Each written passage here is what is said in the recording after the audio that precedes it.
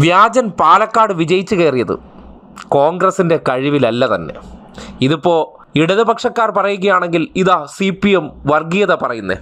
കാര്യം വർഗീയത എന്ന വാക്കെടുത്ത് ഫ്രണ്ടിൽ നിർത്തി അതിൻ്റെ മൊത്തക്കച്ചവടം നടത്തി വോട്ട് പിടിച്ചതിന് ശേഷം നാട്ടിലിറങ്ങി പച്ച കള്ളങ്ങൾ പറയുക എന്നുള്ളതാണല്ലോ. പക്ഷേ SDP-ക്കാരുടെ മോങ്ങൾ തന്നെ ഈ വിഷയവുമായി ബന്ധപ്പെട്ട് പുറത്തു വന്നാലോ? നിഷേധിക്കാൻ കഴിയില്ലല്ലോ.